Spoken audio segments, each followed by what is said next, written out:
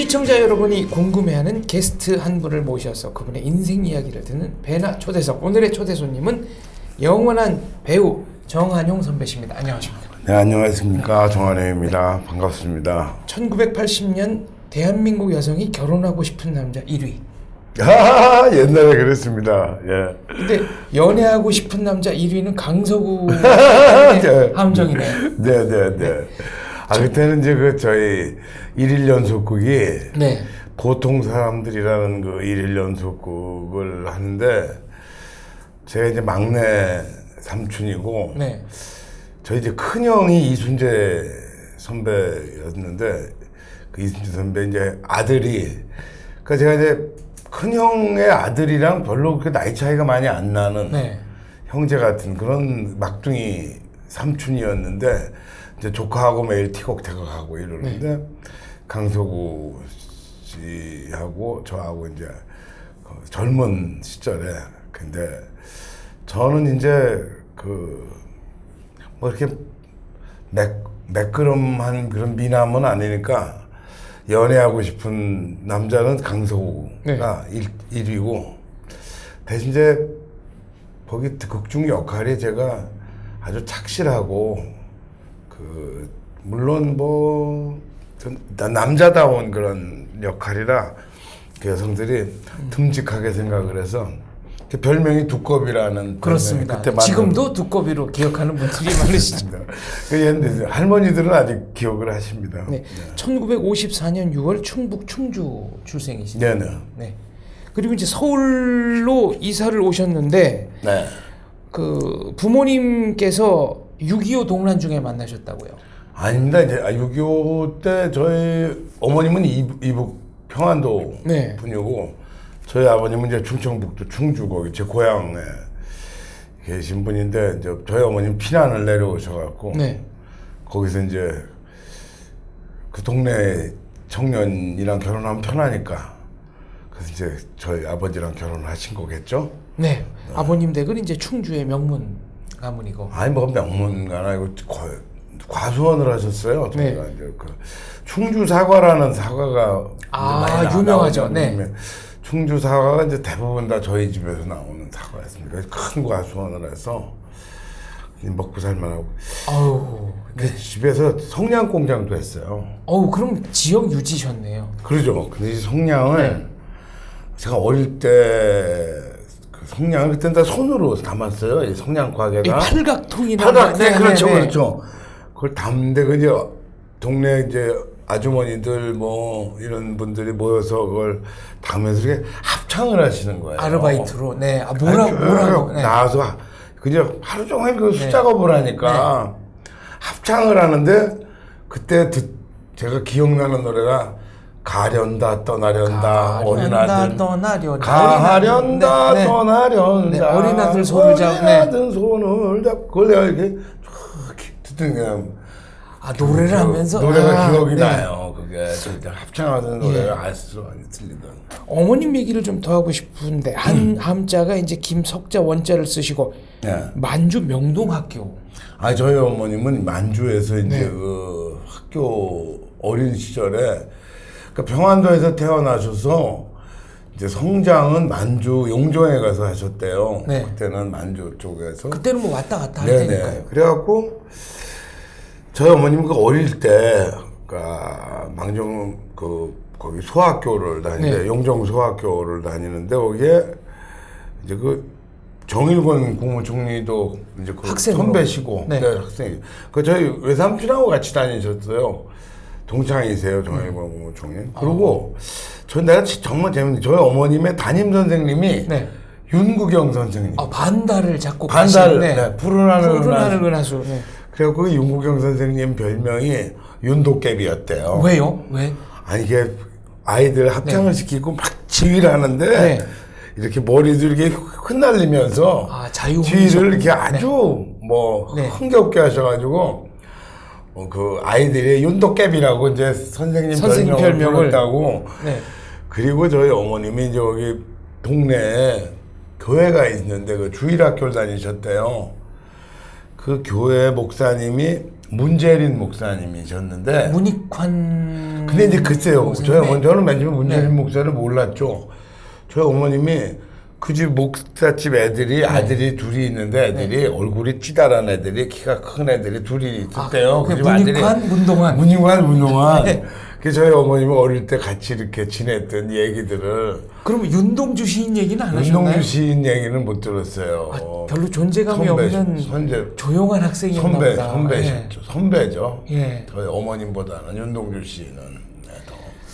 아무튼 그렇게 이제 만주에서 사시다가 해방 후에는 네, 한국으로 오시고 이제 6.25 동란 중에 부군을 만나서 정한용 아들을 낳고 잘 사셨는데 네. 아까 말한 그 성냥공장 과수원 기타 이런 게 이제 부도가 납니다.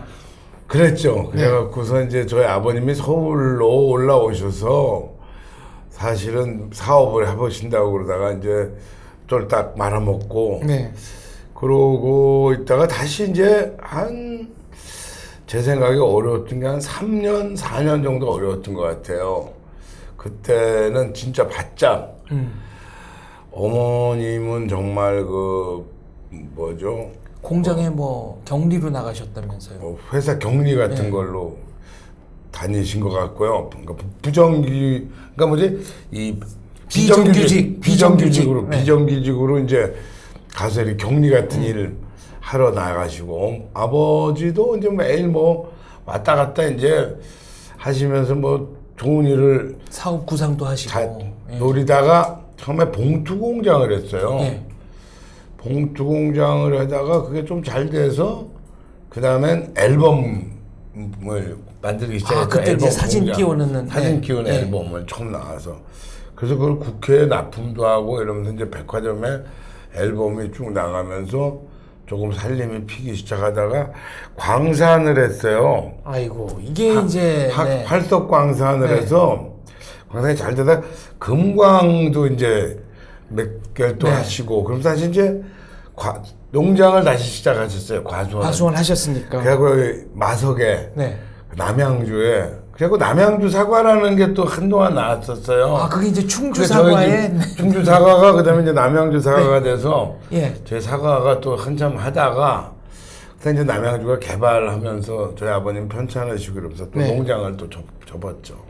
그럼 이제 서울에 올라와서 계속 사셨던 거네요. 그렇죠. 4살, 5살 이후에는 간첩 잡겠다고 도시를 누비던 소년 이거는 무슨 얘기입니까? 아니 옛날에는 이제 11 그 간첩을 잡으면 포상금을 몇 천만 원을 준다 그래서 3천만 원 준다고 그러고. 근데 그때 산업화가 이제 막 우리 시작될 때라 그런 박람회 같은 걸 많이 했어요. 그러니까 엑스포가 아주 큰 세계적인 엑스포가 아닌 그러니까 우리 국내에서 하는 엑스포, 작은 엑스포. 그러니까 엑스포 같은 거 하면 또 제 깐에는 초등학교 때 이거 산업 기술이 우리가 이렇게 많이 이렇게 하니까 북한의 간첩들이 여기 산업 기술을 염탐하러 오지 않을까. 올 거죠. 그리고 거기 제 친구하고 둘이 박람회마다 다닌 거예요. 간첩 잡는다고. 박람회를 구경 간 게 아니라 구경 온 사람 중에 혹시 간첩 같은 사람이 있을까 이래가지고 그랬던 기억이 있습니다. 나름대로 논리적인 추리를 하신 거네요. 네, 재밌죠. 처음에 서울 와서 산동네 판잣집에 기거했다고. 그게 아니죠. 올라와서 처음에는 차 있다가 오자마자 저희 아버님이 이제 어떻게 홀라당 다 이 돈을 날리시고 굉장히 생각보다 너무 초라한 집에 갔던 기억이 나요. 어디였나요? 동네는 기억하세요? 그게 서대문 바깥에 그때는 영천이라 그랬죠. 그 산 꼭대기 쪽이에요. 지금은 그럼 아현동쯤 될까요? 그렇겠죠. 근데 그때 그 사진도 있어요. 이렇게 자전거 타고 이거 어디 이렇게 세발 자전거에 앉아서 이렇게. 근데 그때 파란 대문이 이렇게 넘어지고 그래서 저희 어머님이 이제 나가면서 저한테 보리차 한 주전자하고 그 동물 과자 있어요. ABCD 이런 거 있고 왜 이렇게 동물 모양으로 생긴 같은 거 있잖아요. 왜 건빵 같이 생긴 그런 걸 갖다가 하루 끼니로 주고 가시는 거죠. 종일. 그러니까 아침에 나가면서 그 그때가 제가 4살, 5살 이럴 때인데 엄마 외에 아무도 문을 열어주면 안 된다. 그리고 이제 가면 문을 닫고 갈 때까지는 의젓하게 네. 엄마를 내보내는 거예요. 아, 내가 지금 여기서 내가 지금 이걸 의젓하게 해야 된다. 내보내는 순간 이제 너무 그 엄마 가고 나면은 외롭고 무섭고 외롭고 예. 참 막막하고 그러니까 이제 어린 나이에 신세 한탄을 하면서 울기 시작하는 거예요. 아우, 내가 4살, 5살 팔자가 때. 기구하냐 이래가지고 예. 막 울다가 한나절 울고 나면 이제 울음이 안 나오잖아요. 네. 그럼 그때 어린 나이에도 내가 지금이라도 기운을 차리고 먹고 살아야지. 그래갖고 이제 또 동물과자랑 보리차랑 네. 좀 마시고 있다가 그림을 그리고 놀았어요. 근데 저희 집에 이제 크레용 같은 거를 이제 뭐 딴 집에 사촌 형들이 뭐 쓰던 뭐 이런 이 조그만 이렇게 뭐 몽당 동강란 그 네. 크레용들 크레파스 뭐 이런 것들이 이렇게 봉지에 봉지에 있었는데 그걸 저희 집에 텔레타이프 용지가 있었어요. 옛날에는 왜 이 텔레타이프 그렇죠. 이렇게 드드드드드 양쪽에 구멍 뚫린 그러니까 통신사에 다녔는데 그때 네.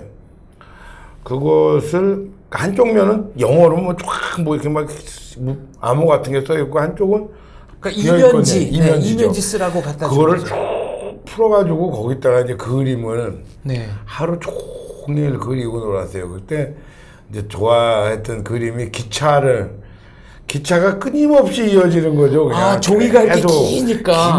네. 그리고 동물원 담이 또 끊임없이 이어지고 그 안에 동물이 끊임없이 있는 거죠. 굉장히 창의적이셨네요.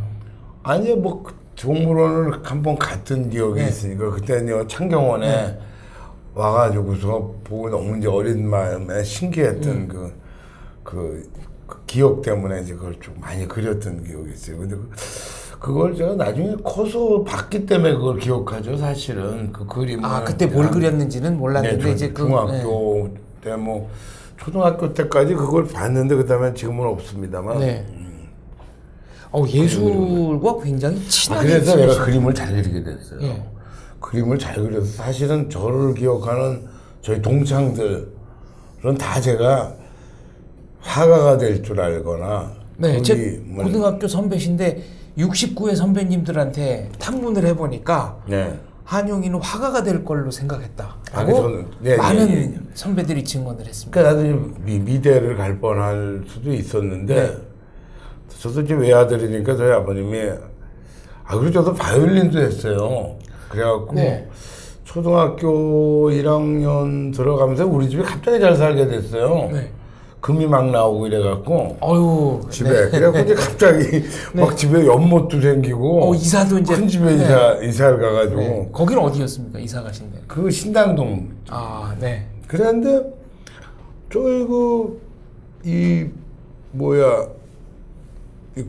바이올린도 이제 레슨을 다니고 그래서 그림도 그리고 바이올린도 하고. 요 바이올린 선생님이 그 전설의 이현동에 계신 이은동 선생님. 이은동 선생님. 네.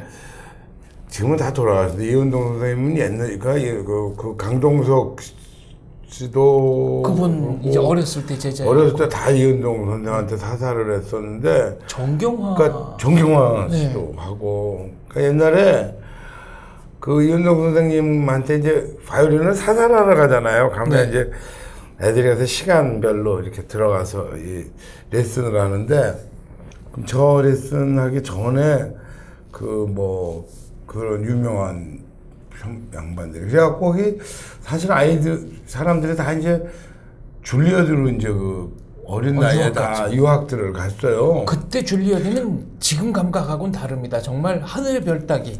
그래서 이제 한국에 자서 그때만 해도 우리나라 그 엄마들이 이 극성이 굉장하시니까 저도 가서 선생님이 바이올린을 잘하니까 한영이도 줄리어드를 보냅시다. 근데 저는 공부를 잘하니까 경기중학을 가야죠. 무슨 줄리아드를 가겠습니까? 그래서 근데 그때 줄리어드 가는 게 날 뻔했어요. 팔자가. 지금 어차피 그래도 그때 경기 중학이면은 지금 뭐 서울대보다 좀 더 어려울 때입니다. 지금 서울대학 가는 거는 아무것도 아니죠. 서울대학이야 뭐 수천 명이 가는데. 경기고는 그때 경기 중학은 300명이었나요? 400명. 400명. 400명. 네. 근데 전국에서 400명. 전국에서 400명이 가는 거죠. 네.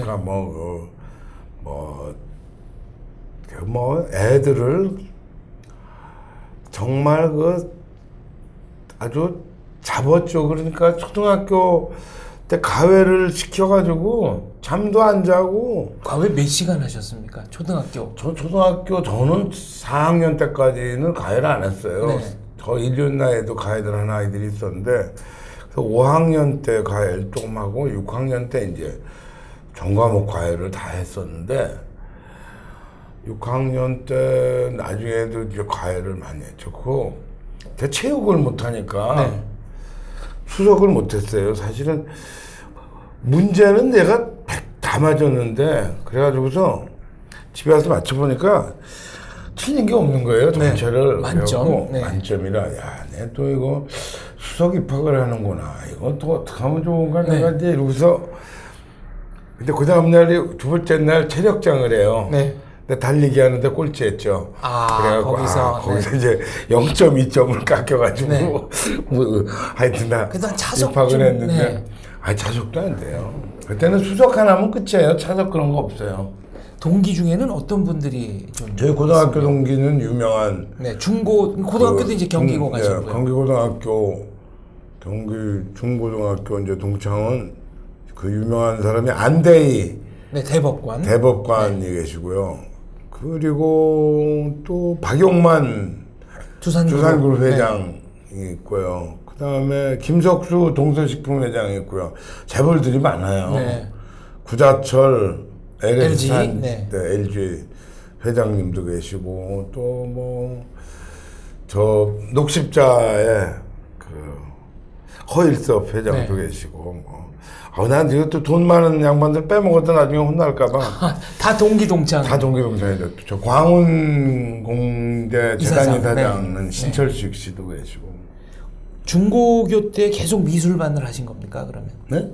미술반 활동은 중학교 고등학교 때는 계속 이제 미술반, 이 바이올린은 개인 레슨을 하는 거니까 저 혼자 레슨을 고등학교 1학년 때까지만 했죠. 꽤 오래 하셨네요. 고2 때까지는 간뒀죠. 그래서 저도 음대도 갈 수 있었어요. 네. 근데 이제 미대도 갈 수 있었죠. 근데 저희 아버지가 산에, 저한테 제가 외아들이니까 무슨 예술 아티스트라냐. 사내가. 그래갖고서 상대를 가야지. 그리고 나는 경제과를 그냥 가야 되는 건 줄 알고 살다가, 그래서 경제과를 갔는데, 그래서 서강대 경제과를 다니는데, 그것도 이제 또 떨어져가지고 재수해갖고 서강대를 갔죠.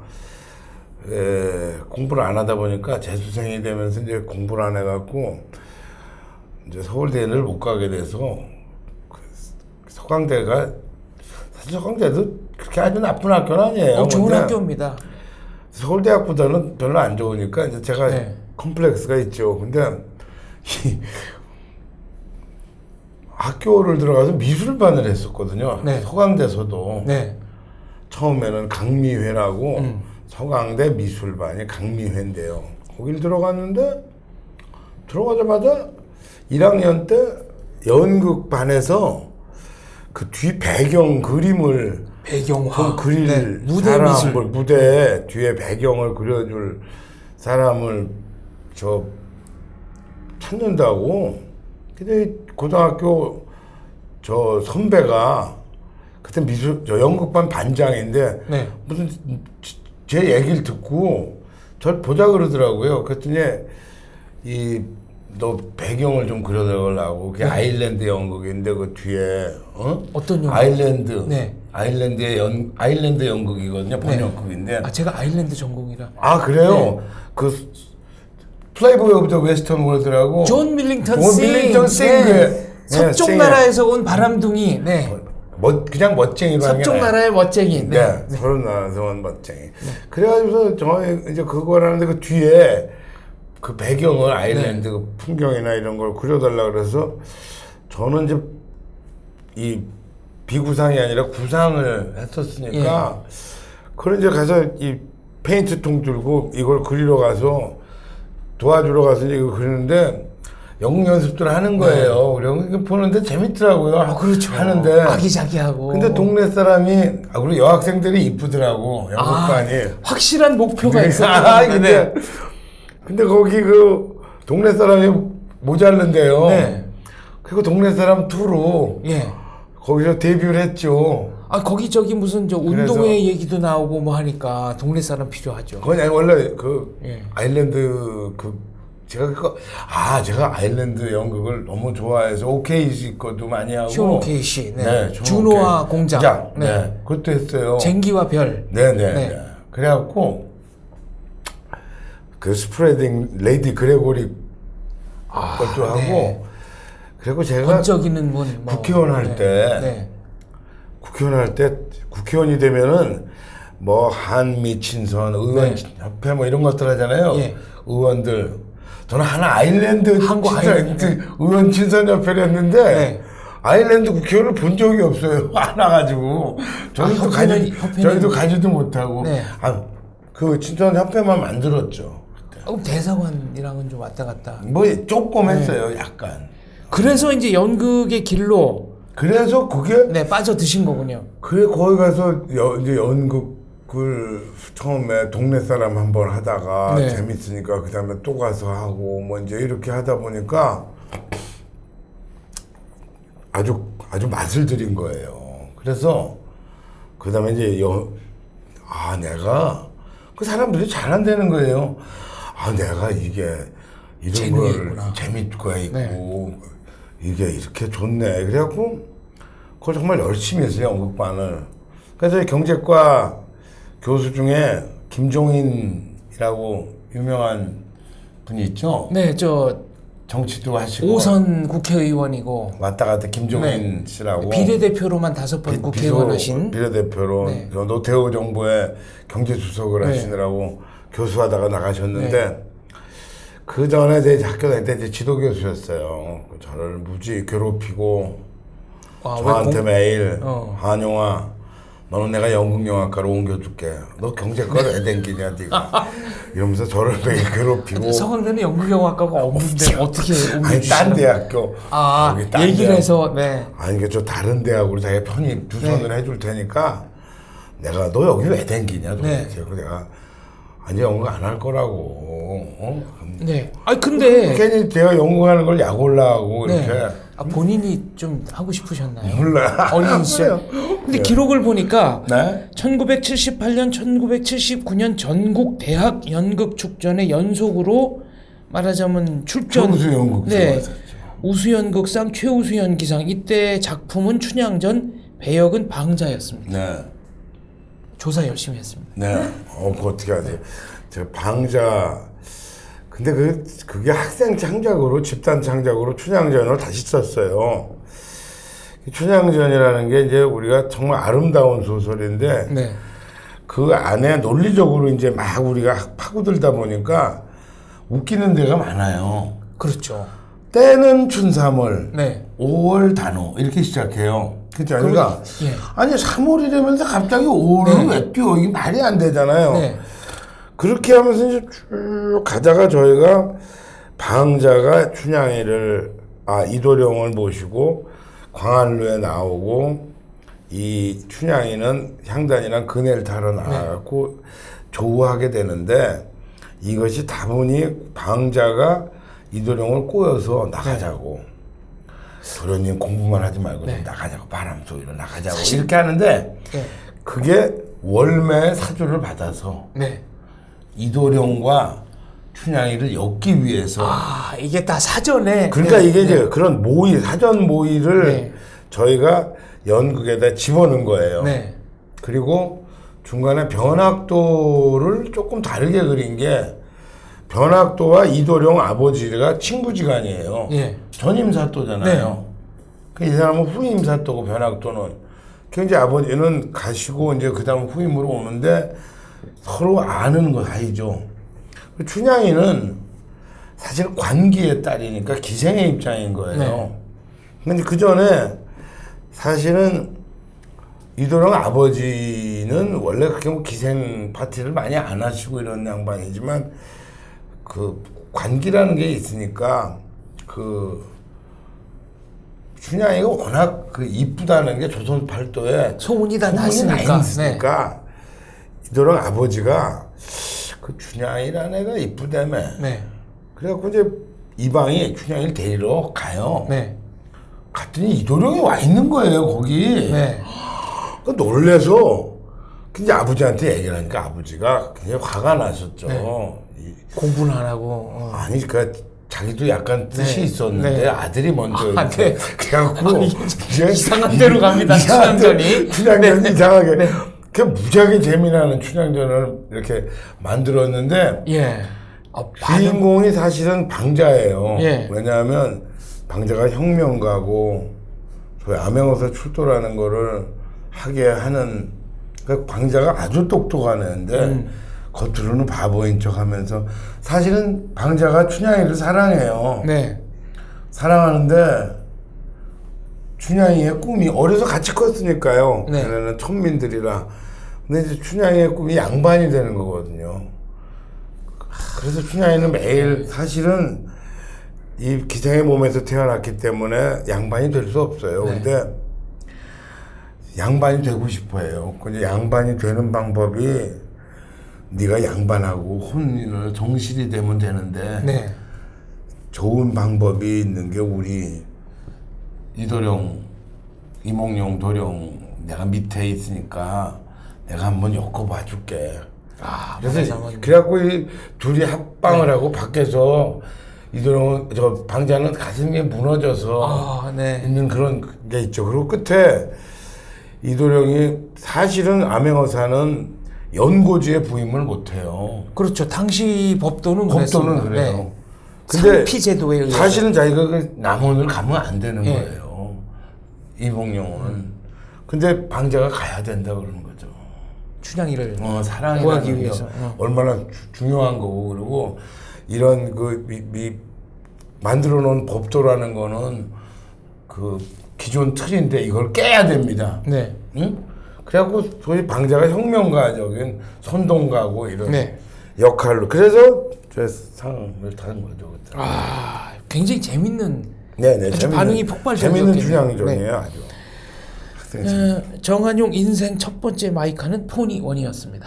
네네. 자동차예요. 네. 제가 그 처음 포니원을 이제 제 차로 사줘. 집에 차는 있었지만 내 차로 사줘서 이제 처음에 차에서 밥도 먹고 갖고 가서 내 차라고 거기서 당시 서강대에서 자기 차를 타고 다니는 학생이 2명이 있었는데 이 정한용의 포니는 항상 10명 이상 타고 다니는 차로 유명했다. 이거는 제가 나중에 차를 몇 년 타다 보니까 이제 좀 편하게 타려고 의자를 또 다 뜯었다. 제가 의자를 뜯었다 붙였다 했는데 이게 불법 개조. 불법 개조죠. 뒤 의자를 다 뜯고 거기다 이제 그 또 나무를 합판을 깔아서 거기다 이렇게 또 이부자리 담요 같은 것도 깔고 그래서 거기 애들이 와글와글 앉아가지고 다니고 막 이랬었어요. 그렇게 쭈그려 앉거나 이러고. 그렇죠. 이게 연극 반원들 전부 수송차였다면서요. 소도구 날르고. 그러죠. 많이 했죠. 이 차 얘기를 하는 이유가 있습니다. 네. 이 차가 없었으면 탤런트가 안 됐을지도 모릅니다. 탤런트 시험 보러 가는 친구를 데려다 줬어요. 친구가 시간에 늦었다고 좀. 네네네. 아주 잘하시네. 태워다 달라고 그래서 이 차. 사실은 아니지 그 탤런트 시험을 보는다고 그 친구가 저희 집에 와가지고 같이 가자고 그러는데 제가 사실 제 얼굴을 생각해도 제가 배우로 살 얼굴이라는 생각은 안 했고 그 친구는 사실 잘생겼어요. 내가 그 친구를 너는 배우로 해도 좋을 것 같다. 그리고 저는 제가 직업 배우를 할 생각 같은 건 못했죠. 그리고 그렇게 배우라는 게 지금처럼 어마어마하게 돈도 많이 벌고 이런 직업이 아니었어요. 그렇죠. 그때는. 과거엔. 그래서 그렇게 배우를 막 열광하고 하겠다는 그런 생각을 가질 그것도 아니죠. 그러니까 네. 그렇게 뭐 많은 사람들한테 너 배우 시켜주면 할래? 이러면 다 요새는 다 하죠.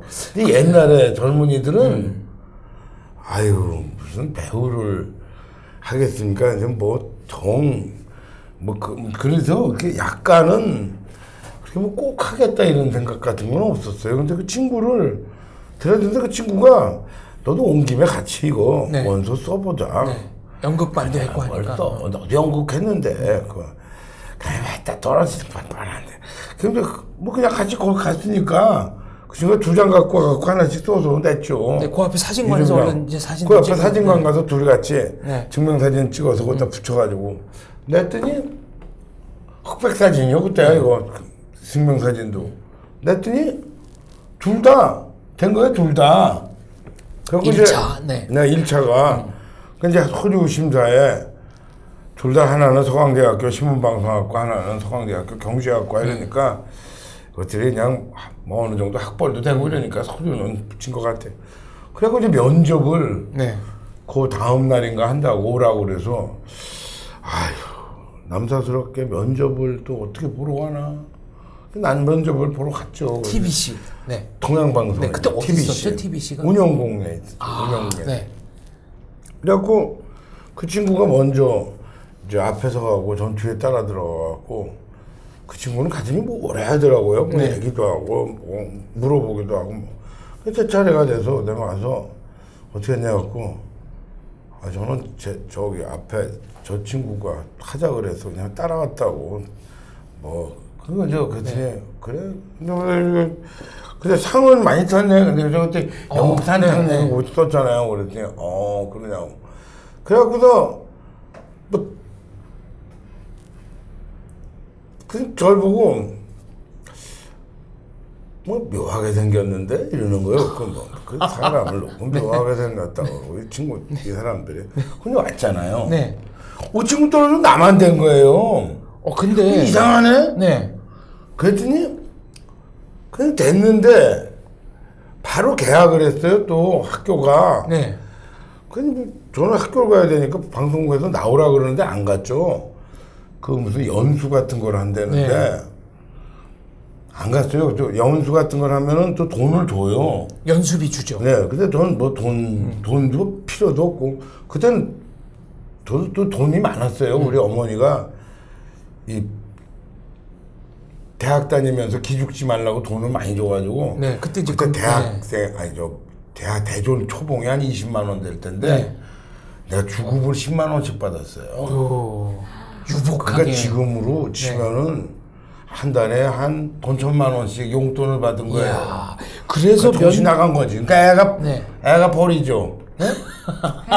아니 그래서 저기 면접할 때 탤런트 면접장에서 근데, 안경 좀 벗어보라 그러니까 거부하셨대요. 근데 안경 벗어버려가 안경 벗으면 못생겼으니까 벗으라 그러지 말라고. 그러고서 그 있다가 그냥 뭐 아주 불성실하게 대답하고 그러고 왔는데 이상하게 된 거예요.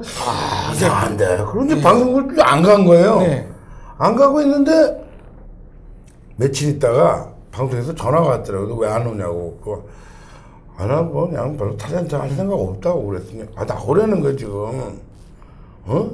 어디서 이렇게 전부 다 네. 저 널 기다리고 있다고 지금 그래갖고 나를 왜 기다리냐고 참 이상하다고. 그리고 하여튼 방송국 갔잖아요. 갔더니 이제 그때 홍두표 나중에 KBS 사장이 되셨는데 홍두표 상무님이 그때 동양방송 상무인데 방으로 오라고 그런다고. 그래갖고 그 홍두표 상무님 방에 갔죠. 그랬더니 돌아가신 조남사 선생 작곡작가 작가 선생님 고남사 선생이랑 황은진 또 연출 선생님이랑 셋이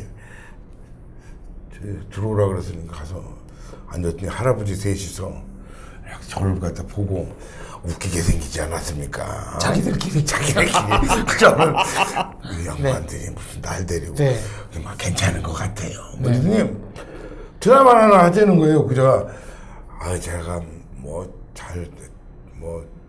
배우를 별로 주인공을 한번 시켜주려고 그러는데 할 생각이 없나? 그래가 파격적인. 내가 무슨 주인공을 해요? 한 번도 해본 적이 없는데 탤런트를. 그랬더니 그게 나중에 보니까 일본에서 그 당시에 드라마가 있었어요. 네. 동경에서 제일 행복한 사나이라는 그 유명한 드라마가 어떻게 만들어진 거냐면 아주 무명의 그냥 일반 샐러리맨을 네. 일본 최고의 스타랑 짝을 시켜갖고 드라마를 여배우랑. 네. 여배우랑. 네. 근데 이게 아주 선풍적인 인기를 끈 거예요. 일본 모든 남성들의 로망을 딱. 나도 될 수 있겠다. 네. 그래서 이거를 갑자기 우리에서도 정말 배우 같지 않은 친구를 하나, 그냥 평범한데 배우 같지 않은 네. 친구 중에 그래도 연기 경험은 조금 있고 그냥 아주 자연스럽고 네. 일반인 같고 이런 사람을 찾은 거예요, 이 사람들이. 그러다가 우연히 탤런트 시험 보는데 다 배우 같은 친구들만 한다는데 어디 이상한 띨빵한 친구가 하나 왔다 갔다 하니까 괜찮은데? 그거 저를 뽑은 거죠. 이게 사전 기획이 돼 있었던 거군요. 그렇죠. 나는 그 제가 탤런트가 돼서 처음 드라마를 놓고 한 게 이제 우리 그때는 제일 인기 있던 여배우가 장미희 씨인데 이게 TBC 욕망. 장미희의 아버지가 김성원 선생님. 그렇죠. 네. 그리고 이제 제 연적이 노주현. 네. 노주현의 아버지가 이낙훈 선배님. 네. 그리고 저는 사실은 김소원 선생님이라고 최불암 네. 선생님의 형수님이시죠. 네. 처형되시죠. 저는 아버지가 돌아가시고 그 아주 착실한 샐러리맨으로 회사에 다니고 있는 외아들, 효자 외아들의 외아들이에요. 그래서 다니는데 그때 이 회사에 다니는데 신입사원 이거를 갖다가 이부진 같이 이제 그 상무, 김성원 씨는 상무인데 김성원 선배님 상무 딸도 거기 신입사원으로 들어왔는데 그 상무 딸이 장미죠. 저를 좋아하는 거예요. 그 처음에는 이제 이렇게 사귀는데 아버지가 이제 시아버지가 이 회장 아들이랑 붙여줘야 되니까 저랑 반대하죠. 그래서 저는 이제 뭐 저희 어머님은 그렇게 힘든 연애하지 말라 그러고 그래서 가면서 이제 고민하고 뭐 그러고 근데 저는 사실 드라마를 그 전에 연극할 때 저희는 이게 프로 배우들이 아니니까 사실은 뭐 우는 장면이 나오면 진짜 눈물이 납니까 그냥 뭐 이러고 그러지 연극이야. 처음 드라마를 찍으러 갔는데 장미 당대 최고의 첫 장면이 첫날 찍는데 마지막 장면이 울면서 우리 헤어지면 안 된다고 얘기하는 거예요 저한테. 진짜로 우네. 뭐 사람이 혼비백산해가지고 연기를 하는 건지 구경을 하는 건지 저는 아무튼 촬영하는 내내 카메라를 갖고 다니면서 거기 출연하는 배우들 보고 같이 한 장 찍으실래요? 그래갖고 주인공 남자 배우가 제가 주인공인데 거기 조연으로 나오는 분들하고 다 사진 한 장씩 찍고 너무 신기한 거예요. 이 탤런트들을 만났다는 게. TV로만 보던 분들을. 제가 텔레비 카메라를 처음 본 날이 처음 녹화를 한 날이죠. 이 프로그램이 그때 얼마나 인기가 있었냐면은요. TBC에. 참. 이게 중간에 그 배우 정한용이 나와서 그러니까 광고 시간에 우리 상은이 좋은 여자입니다. 시청자분들을 응원해 주시면 제가 계속 들이대겠습니다. 막 이런 거 찍어가지고 말하자면 홍보 영상 나오기도 하고. 그랬어요. 그게 이제 소위 수목 드라마라는 그 중간에 주중 연속극을 처음 시작한 그런 그 기획으로 그 만들어진 드라마였습니다. 그리고 그때 이제 이게 좀 이런 얘기까지 해도 되는지 모르겠습니다만 워낙 그 노주현한테 밀리니까 이 극중 그 정한용 선배가 상은아 우리 여관 가자. 그리고 그거 갖고 밀어붙이자. 근데 그게 또 신문에서 무슨 사회 문제가 됐을 만큼 전함선 선생님이 방송에서 이런 데서 써도 되냐. 근데 사실은 그 당시에 우리 작가 선생님들은 정말 시대를 가르치는 그리고 정말 정말 훌륭하신 선생님들, 탄원사 선생님도 그렇고 유호 선생도 그렇고, 그 저는 지금 방송 드라마를 쓰시는 분들도 우리 사회에 갖고 있는 문제점, 이거는 전부 드라마 작가 선생님들께 책임이 있다고 생각하고, 정말 얼마나 국민에게 큰 영향을 미치나 그 작가 선생님들께서 네. 아주 심각하게 생각하셔서 드라마들을 써주셨으면 이렇게 부탁드리고 싶어요. 그때는 정말 그 드라마의 그 이야기가 그냥 처음에 그 혼전 그렇죠. 그러니까 네. 소위 성관계에 관한 얘기를 처음 그 터뜨리신 거예요. 그렇죠. 그 당시에는 이제 그런 것들이 사회 문제가 조금 됐었거든요.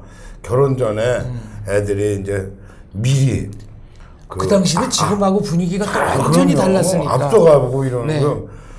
그 결혼 전에 뭐 이렇게 꼭 신혼여행 가서 첫날 네. 밤을 보내는 게 이제 그 당시는 이제 막 시작되는 그런 시대였으니까 그런 사회사생을 이제 얘기하시려고 했던 것 같아요.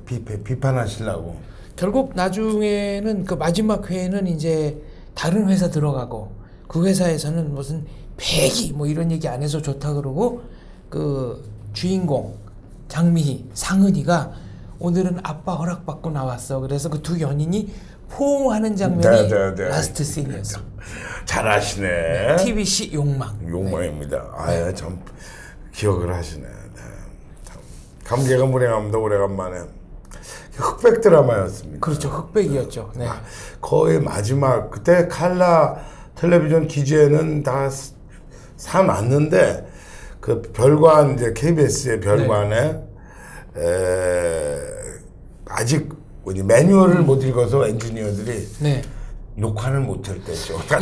기계는 샀는데 이 시작은 이제 이 독일 뭐 일본 뭐 이런 데서 칼라 텔레비전 네. 기계는 많이 사왔는데 기계마다 책이 이만한 것 하나씩 따라오잖아요. 그러면 영어로 네. 독어로 이제 네. 볼 수가 다 읽기는 너무 힘들고 이러니까 그때는 아직까지 이제 연습하고 이러느라고 그 드라마를 사실은 칼라로 해보려고 그랬는데 네. 못하고 흑백으로 그냥 찍었어요. 부분적으로는 이제 뉴스부터 했고 그렇죠. 제 기억이 맞다면 저 홍수환, 염동균, 권투경기가 최초의 칼라 중계 방송이었습니다. 그래가지고 사람들이 그때만 해도 야 코피 나는 거 빨갛게 보이니까 막 실감 나더라. 그게 제 어린 시절 네, 흑백에서 네, 네, 칼라로 넘어오던. 네. 그러니까 이게 저 시작은 TBC에서 하고 끝난 거는 KBS, JTB에서 끝난 건가요? 아니에요. 그거 TBC에서 끝났어요. 네. TBC에서 시작해서 TBC에서 끝나고 그거 끝나고 그 다음에 좀 있다가 이제 그 언론 통폐합이 되면서 KBS로 바뀌었죠. 학창 시절, 중고 대학 시절에도 그러면 탤런트. 그런데 그때 네. 저는 완전 졸업하기 전이었어요. 그래갖고서 그 4학년 때 그 친구가 시험을 본다고 따라갔던 거기 때문에 그 드라마를 시작하면서 학교를 일단 보니까 수업을 할 수가 없더라고요. 이제 저희 송황대는 드라마 무조건 결석이면 네. 뭐 네. F 결석이면 F 처리를 하면 F 처리라니까. 네. 그러니까 뭐 얘기가 뭐 그래서 이제 교수님들한테 혹시 저희 방송을 말 같지 않은 소리 하지 말라 그래갖고 이제 무조건 휴학을 하고 그런 이제 탤런트를 그래갖고 한 1년쯤 했어요. 휘청거리는 오후라고 박원순 선생님 그 드라마를 하나 원미경 양하고 휘청거리는 오후. 네. 마담뚜라는 단어가 그 소설에 처음 나오죠. 네. 그 휘청거리는 오후 박원순 선생의 휘청거리는 오후를 이제 정병식 선생 연출로 네. 그거는 이제 소위 그래서 이제 그건 셋째 사이죠. 큰 사이가 연규진 선배, 둘째 사이가 한진희 선배, 네. 나는 막내 사이가 이제 막내 딸이 원미경 씨였어. 그래갖고서 이제 드라마를 1연속 끝나고 그리고 이제 탤런트를 접었어요. 그래서 졸업을 해야죠. 집에서 넌 인마 무슨 알바 삼아 탤런트를 좀 해본다 그러더니 아예 아주 그걸 하려고 작정을 했냐 이래서 저희 아버님께 이제 걱정을 듣고 저도 생각해도 이건 내가 좀 너무 많이 했다. 1년이면.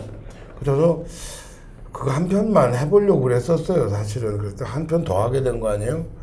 그래갖고 이제 이제는 그만하자. 그러고서 복학을 해서 이제 학교를 다시 다니고. 네. 그 81년도 가을에 졸업을 하게 됐어요, 저는. 학교를 오래 다녔죠, 그래. 코스모스 졸업을 하신 거네요. 이제 그러고 졸업을 하고 뭐 할까 생각하다가 나는 배우 하기는 좀 그런 것 같고 보니까 작가가 재밌어 보이는 거예요. 구성 작가.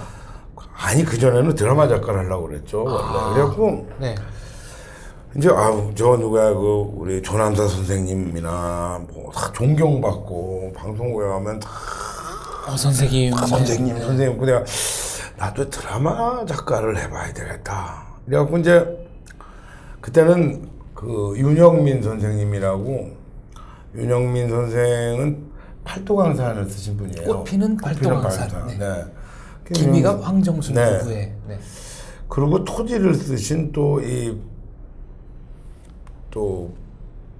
그 박경림 선생의 그 토지를 이제 각색한 또 작가 선생이 있었는데 아무튼 두 분께 상의를 들었는데 저보고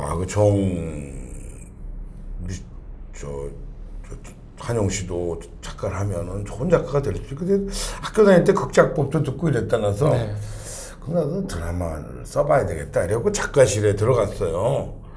제가 뭐 드라마를 쓴다고 근데 처음에 단막부터 써야 되는데 처음부터 뭐 대하 드라마를 쓴다는 둥 뭐 주말 연속곡을 쓴다는 둥 의지와 의욕만 할 때니까 팽배해가지고 크게 이제 뭐 자료 조사하고 뭐 이런 거나 한다고 이러고 한동안 허송세월하고 놀고 있는데 이 쇼 제작국에서 새로운 젊은이를 위한 코미디 프로그램을 하려고 그러는데 거기 작가를 하나 추천을 작가실에서 해주십시오. 이래서 갑자기 형들이 한영이 너는 말이 많고 작가 하는 것보다 이 구성 작가를 하면 잘할 것 같다. 그리고 여기 그래갖고 갔더니 젊은이 코미디 프로그램을 새로 해보려고 그런다고 이제 그 개그맨들을 뽑아서 개그맨이라는 게 처음 이제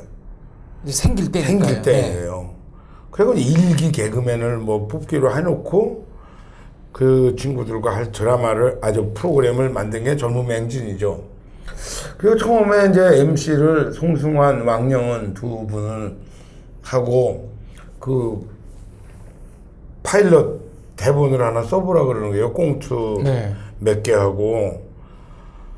그래서 집에 가서 그걸 써가지고 제가 갖다 줘서 오케이 해서 김영권, 우리 이성미, 장두석, 최양락 이런 양반들하고 개그 작가를 한 1년 했죠.